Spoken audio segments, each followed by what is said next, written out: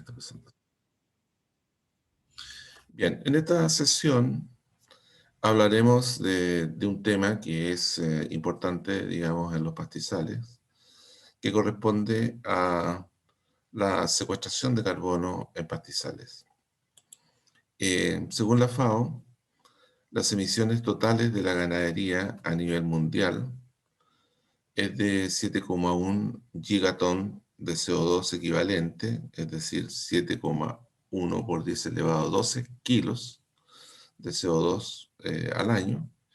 Y esto en realidad representa el 14%, 14,5% de las emisiones que genera el hombre de gases de efecto invernadero, las emisiones antropogénicas.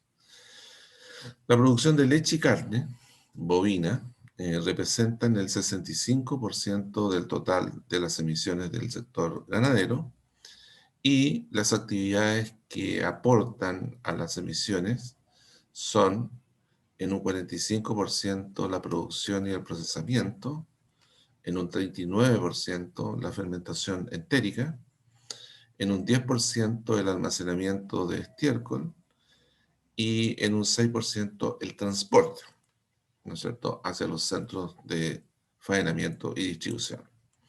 Ahora, ¿quiénes son las especies animales que más aportan a las emisiones ganaderas? Es la leche bovina con un 41%, la carne con un 20%, la producción de cerdo, que uno podría pensar, digamos, que por estar en confinamiento podría tener más, pero es solo un 9%, leche y carne de búfala, 8%, pollos y huevos, 8%, los rumiantes menores, 6%, y otras aves, solo un 8%. Pues bien, pero ahora la intensidad de la emisión, que es distinto a la producción, ¿no es cierto?, que son las emisiones por unidad de producto, y que en realidad aquí está medido por lo que aporta la ganadería, ¿no es cierto?, que son los kilos de proteína. Entonces, esta intensidad son kilos de CO2 equivalente por kilo de proteína producida.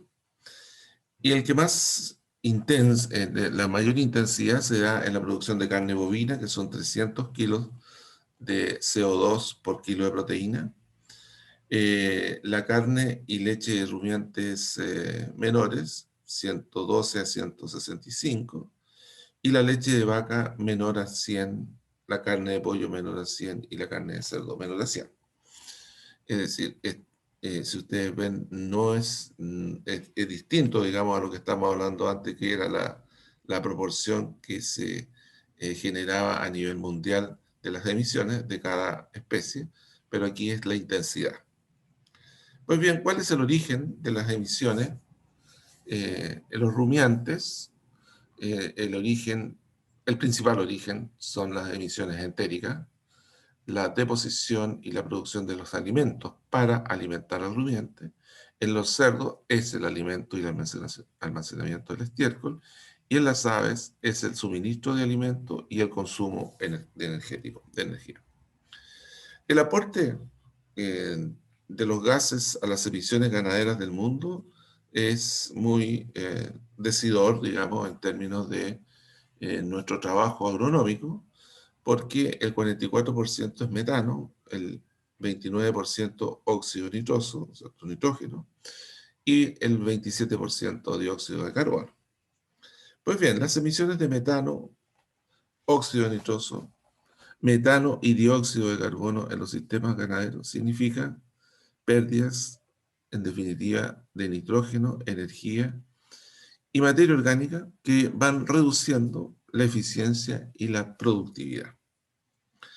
La mitigación, entonces, de estas emisiones debe ir encaminada a solucionar los problemas de la tecnología relacionados con la eficiencia del uso de los recursos con los animales, el rebaño y el manejo de pastizales. Ahora, hay una relación directa entre la intensidad de las emisiones de gases de efecto invernadero y la eficiencia de utilización de los recursos. Por lo tanto, esto significa que la cantidad de recursos utilizados por unidad de producto comestible y no comestible tiene una relación directa. Bueno, ¿cuáles serían para nosotros las acciones de mitigación más importantes a las cuales tendríamos que trabajar y donde el pastoreo tiene mucho que decir y los pastizales tienen mucho que decir? ¿Cierto? Primero, es que nosotros se requiere un cambio en las técnicas de alimentación que permitan reducir la producción de metano generado en la digestión y así como la reducción del óxido nitroso liberados en la decomposición del estiércol. Eso es lo primero que nosotros debemos considerar en este sistema. Hay que considerar una acción directa de cambio en las técnicas de alimentación y por lo tanto eso significa que tenemos que modificar el sistema de producción actual. Ahora, intervenir en la reproducción y sanidad animal que permita reducir el tamaño de los rebaños es otro aspecto importante, dado que es tener menos animales, pero más productivos, es una de las razones por las cuales nosotros deberíamos, una de las cosas por las cuales nosotros deberíamos trabajar. Y además, es muy importante eso, considerando de que en los rebaños, por un efecto de manejo y por un efecto de falta de identificación del ganado, en los rebaños permanecen por muchos años, a veces no solamente por un año, ganado improductivo. Ahora, desarrollar un manejo adecuado del estiércol es relevante para garantizar la recuperación y el reciclaje de energía y nutrientes. Es algo que nosotros debemos trabajar fuertemente. Y desarrollar técnicas de pastoreo que permitan a los pastizales ser un área de almacenamiento de carbono más que de producción de metano y que permita mitigar, ¿no es cierto?, las emisiones del sector ganadero, que es el metano entérico, digamos, los gases que genera el animal. Entonces, eso es algo que nosotros debemos trabajar eh, todos los días a través del pastoreo. Es decir, esto no se puede olvidar. Ahora, por ejemplo, cuando uno trabaja en un pastoreo rotativo, donde los animales consumen el pasto en estado vegetativo de 3 a 4 hojas, y se produce lo que ustedes están observando en la fotografía, un sistema de pastoreo infrecuente, es decir, que tiene un rezago prolongado, por lo menos en primavera, de 22 días, y un residuo bajo, es decir, intenso, infrecuente, intenso, significa que el animal va a consumir un forraje que va a emitir por cada kilo de materia seca que ingrese a su tracto digestivo, va a emitir menos metano que si este alimento fuese fibroso. Según las estimaciones globales, los pastizales podrían, porque es una estimación, ¿no es cierto?, contribuir al secuestro de carbono en aproximadamente 0,6 gigatón equivalente de CO2 por año. Y de acuerdo a las estimaciones de la FAO, si se logra reducir la brecha de intensidad de emisiones existente entre los distintos sistemas ganaderos del mundo, es posible bajar las emisiones ganaderas en un 30%. Y eso es lo que nosotros tenemos que estar abocados, pero no abocados solamente en la investigación, sino que en la ejecución, en la gestión de nuestros programas ganaderos en el mundo. Recuerden que la ganadería es fundamental, ya que es la que aporta la mayor proporción de proteína para el ser humano. Bueno, veamos los rumiantes y el metano. El volumen emitido por el ganado depende, obviamente, del número de animales, del tipo de sistema digestivo y del tipo de cantidad de alimento consumido. Los rumiantes son la principal fuente de emisión de metano, ya que producen la mayor cantidad de metano por unidad de alimento consumido, como anteriormente lo vimos. Los rumiantes hay que considerar, digamos, que los rumiantes son los bovinos, los ovinos, caprinos, búfalos, venados, camellos, todos que son consumidos por el hombre, ¿cierto? Y poseen en el rumen microorganismos metanógenos capaces de producir metano como subproducto de la digestión, es decir, como subproducto de la fermentación entérica, que es liberado a través de los eructos. Pues bien, los cambios que se hacen para mejorar la digestión entérica tienen involucrado un aumento en la eficiencia digestiva y en la productividad del ganado. Entonces, una forma tradicional de reducir las emisiones es reducir el número de animales. Y esta solución es contraria, obviamente, al pensamiento de los ganaderos, ya que en muchas comunidades locales en el mundo, las personas viven de la ganadería.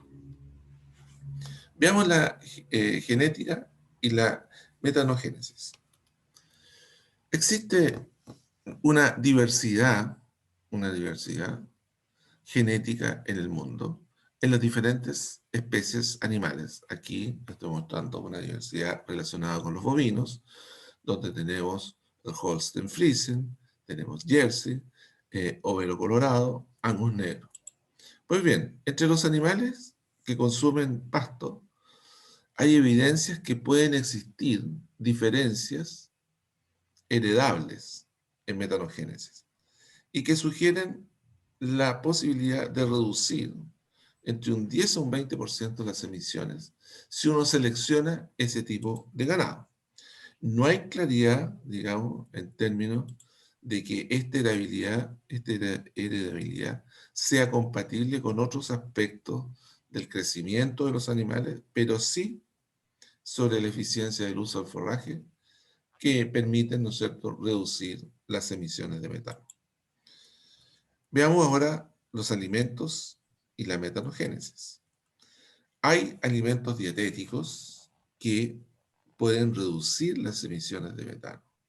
Y en eso hay aceites, grasas, principalmente los taninos son muy importantes, probióticos, nitratos, enzimas, algas marinas e incluso vegetación nativa, digamos, que puede reducir esta emisión. Aquí las vacas consumiendo una mezcla total, una TMR, en esta ovulación, donde no hay posibilidad de seleccionar el forraje que consumen porque es un mix, ¿cierto? Por lo tanto, si uno incorpora ahí estos elementos, se va a producir en forma efectiva y real una reducción de la emisión, de la fermentación entérica, de la producción de metano a través de la fermentación entérica. Algunos aceites dietéticos pueden reducir la producción de metano entre un 10 y un 25% en el rebaño. Otros compuestos secundarios que poseen las plantas, como son los taninos condensados, reducen la producción de metano entre un 13 y un 16% a través del efecto tóxico que hacen sobre los microorganismos metanógenos que están en el rumen. Una planta, por ejemplo, muy conocida por ustedes, los lotus eugliginosus o pedunculatus, que es la alfalfa chilota, o la lotera, como se le quiera llamar, es una planta que tiene un alto contenido de taninos. Y es por eso, ¿no es cierto?, que no genera el meteorismo. Pues bien, esa es una planta que está aportando a la reducción de la producción de metano en el mundo. Altas concentraciones de taninos pueden reducir la ingesta voluntaria y la digestibilidad, es cierto. Y por lo tanto, por eso no hay claridad si esta forma de alimentar al ganado se compatibiliza con la necesidad de aumentar la producción por unidad animal. Las saponinas también, que son esteroides naturales y que lo producen diversas plantas, pueden reducir potencialmente el metano. Y veamos las especies forrajeras y la metanogénesis. Pues bien, las plantas forrajeras, y aquí es donde es importante que ustedes aprendan esto, que las plantas forrajeras consumidas con menos fibra y mayor contenido de carbohidratos solubles pueden reducir la producción de metano. Y las fibras estructurales como celulosa y hemicelulosa fermentan mucho más lentamente que los carbohidratos no estructurales y por ello producen más metano por unidad de alimento ingerido. Y es por eso cuando nosotros hablamos sobre el pastoreo, hablamos de un pastoreo infrecuente e intenso, porque nosotros lo que queremos es que la planta haya secuestrado suficiente carbono en el suelo, haya producido suficiente fotosíntesis, pero no sobrepase los niveles de fibra, de manera de que sea más difícil su fermentación, sea más lenta, más que difícil, más lenta su fermentación y produzca menos metano. Las especies leguminosas, en su conjunto, producen menos metano debido al menor contenido de fibra, que tiene una tasa más rápida de digestión, y en algunos casos a la presencia de taninos, como ya lo conversamos con la notera. Aquí tenemos el terol blanco y el terol rosado, son dos leguminosas utilizadas en sistemas ganaderos y que en realidad, al ser consumidas por el ganado, estas no tienen tanino y por lo tanto pueden producir meteorismo, pero en su conjunto, como está aquí con las gramíneas, y en floración también, en floración no producen eso, pero sí reducen la producción de metano. Ahora, las especies C3, que son las especies templadas, ¿no es cierto?, producen menos metano que las especies C4, como las eh, tropicales o subtropicales, que rápidamente estas C4 logran altos niveles de fibra en su composición. Una C3 puede tener 28 a 30% de FDN, pero sin embargo una C4 rápidamente llega al 40% y puede llegar al 50% también. Como por ejemplo el maíz, que en este estado normalmente está sobre 40% de FDN. Y estas vallicas, no, en este estado, digamos, está bajo 30% de FDN. Pues bien, las especies C3 características de nuestras zonas son consumidas siempre en estados tempranos de desarrollo vegetativo, 3 a 4 hojas, reduciéndose la opción de altos niveles de fibra en la dieta y por lo tanto reducen la producción de metano. Bien, eso con respecto a las plantas. Ahora veamos con respecto a la carga animal. La carga animal, obviamente, es el número de animales por unidad de superficie, que puede ser medido en unidades animales, ¿no es cierto?, o cabezas animales por hectárea. El aumento de la eficiencia productiva puede reducir las emisiones de gases de efecto invernadero y en algunos lugares del mundo se ha trabajado en la reducción del número de animales improductivos, es lo que yo les conversaba en un momento atrás, en los rebaños, y paralelamente se ha incrementado la eficiencia alimenticia, factores que han permitido reducir las emisiones sin perder la producción ganadera generada anualmente. Eso es muy importante, porque aunque parezca increíble, en muchos rebaños del mundo, en muchos rebaños de nuestra región, hay una permanencia de animales improductivos, es decir, que no están generando ni leche ni carne, y que permanecen 1, 2 o 3 años en el rebaño sin generar absolutamente nada, sino que generar emisiones metano. Aquí un rebaño de carne consumiendo bajo un sistema de pastoreo rotativo, infrecuente, intenso, y por lo tanto las emisiones son menores que si fuese un sistema en el cual el animal comiera alimentos fibrosos. Ahora, también existe en la producción de leche la estrategia de la lactancia prolongada, donde las vacas paren cada 18 meses en lugar de que paran anualmente.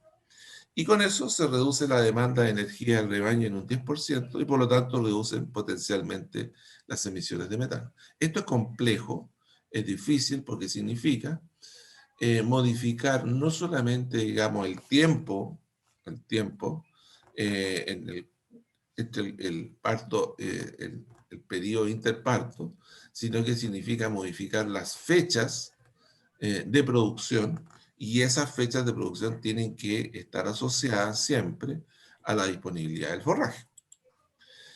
Aquí vacas consumiendo pastizales templados. Ahora, con el término de la engorda ahora, en el caso de los ganados de carne, más temprano, los pesos de sacrificio se alcanzan a menor edad y con emisiones durante la vida más reducida. Eso también es otra forma de promover una reducción de las emisiones. ¿Cierto? Un sistema de engorda en pastoreo es bastante prolongado y necesita para terminar el ganado un forraje con más fibra, un forraje con más fibra. Y eso supone, digamos, obviamente, más emisiones.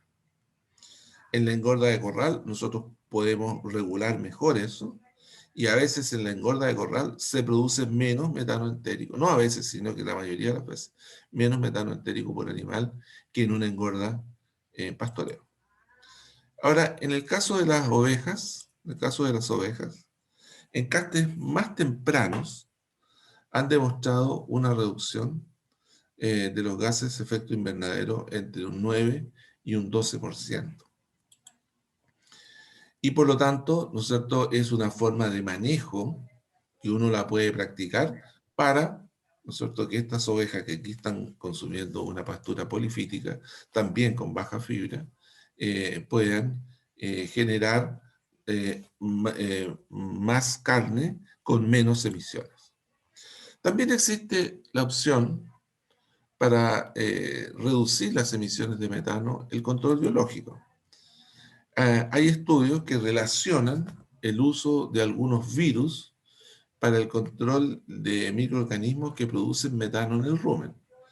Y también existen uso de microorganismos metanotrófos, que emplean como fuente de carbono y energía el metano a nivel ruminal para transformarlo en otras sustancias. Entonces, esos estudios que son incipientes, que son parte de la investigación, seguramente en el futuro nosotros vamos a poder contar con ellos en forma práctica para reducir las emisiones.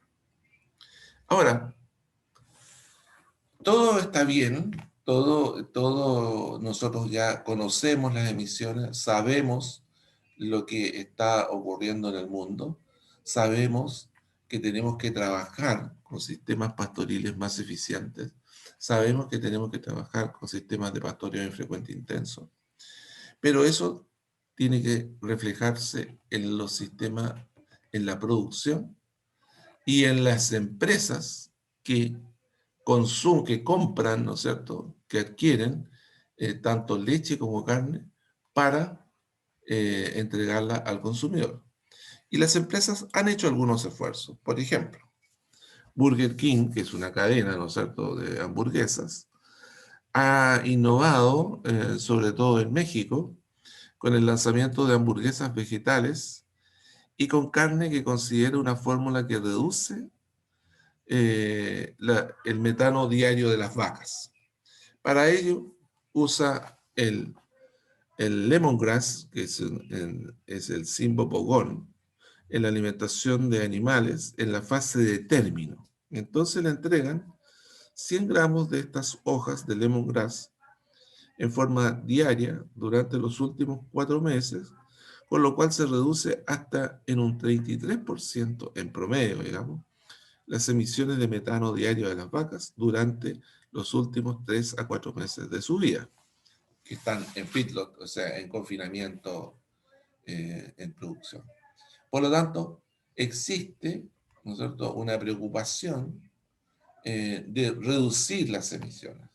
Existe una preocupación de las empresas que comercializan productos derivados de la ganadería en reducir las emisiones en su conjunto. Danone, que es una empresa láctea, tiene un plan muy ambicioso con sus productores en Francia para reducir las emisiones antes del 2030. Y así tiene un programa que lo ha desarrollado con diversos niveles, donde va avanzando en el mejoramiento del suelo, en el manejo de los purines, en la biodiversidad y en el uso del agua.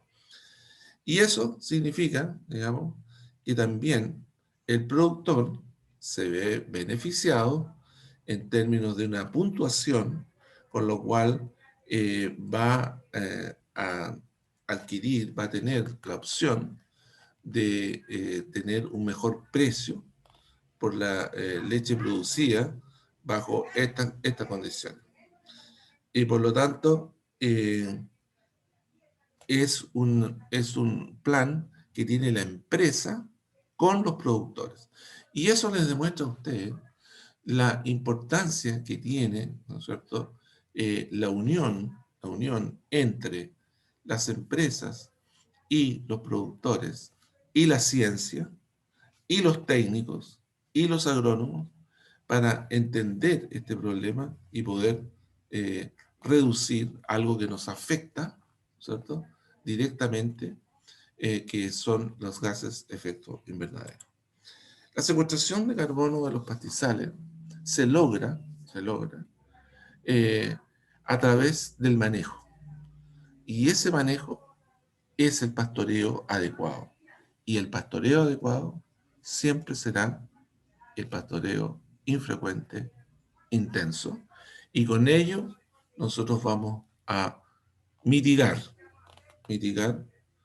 los gases, la fermentación que genera la fermentación entérica, el metano, vamos a poder mitigar, pero además de eso, en la ganadería tenemos que ser más eficientes, faenando más temprano el animal, produciendo leche bajo este sistema pastoril y generando cambios en la estructura de partos y en la fecha de encaste de los animales.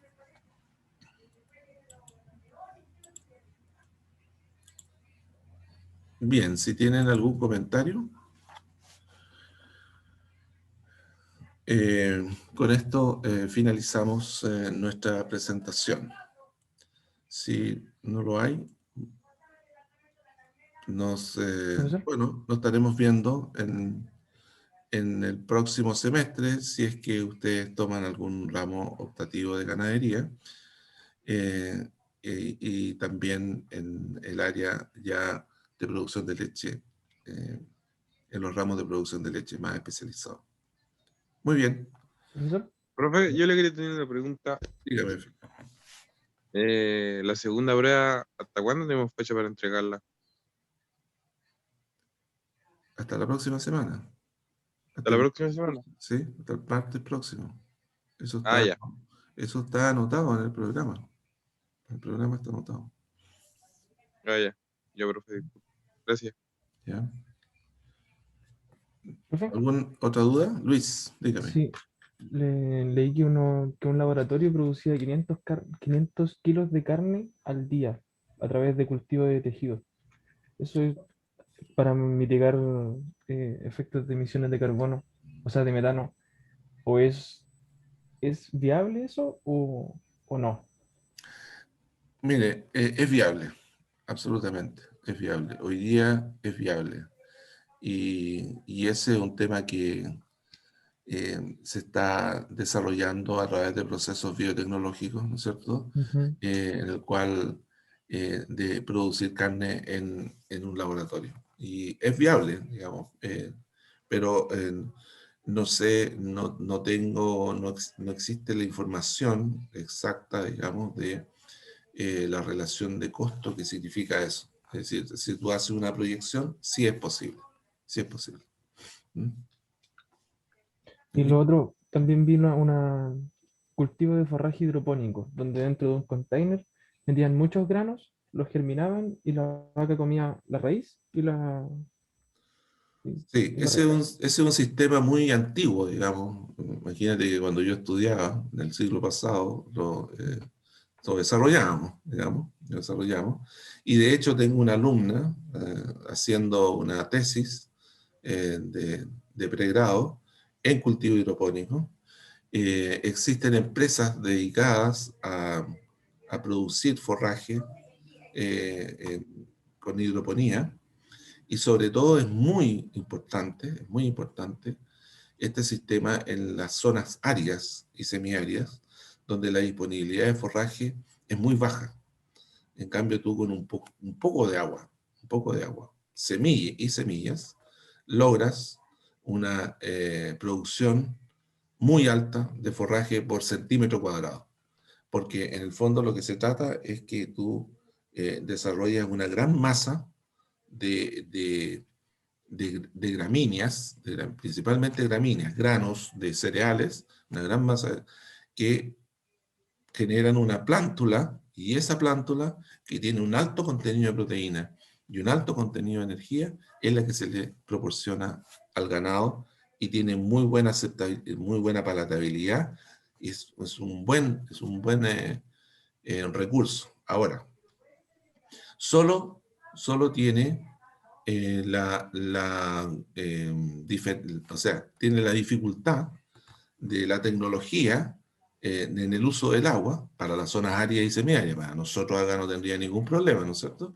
Pero es una gran opción, es una opción interesantísima en el cual tú puedes producir una gran cantidad de toneladas de materia seca en un espacio muy pequeño, un espacio muy pequeño. Y de hecho, digamos, se usa con bandejas, por lo tanto, tú en altura tienes, y esto hay que ver la relación de la luz y el agua para lograr una alta productividad. Pero es una excelente opción, es una excelente opción. ¿Mm? Igual me imagino si se migrara a ese sistema, ¿no se acabarían las semillas? ¿No se gastarían más semillas de las que se producen? No, no, ¿No? no, no, no, Lo siento. no, no, no sería tanto, no sería Ahí. tanto. ¿Ya? ¿Ok? Muchas gracias, profe. Muy bien. Ok, terminamos entonces en esta sesión. Muchas gracias, nos vemos. Adiós. Gracias, que esté Chao, bien. profe, gracias.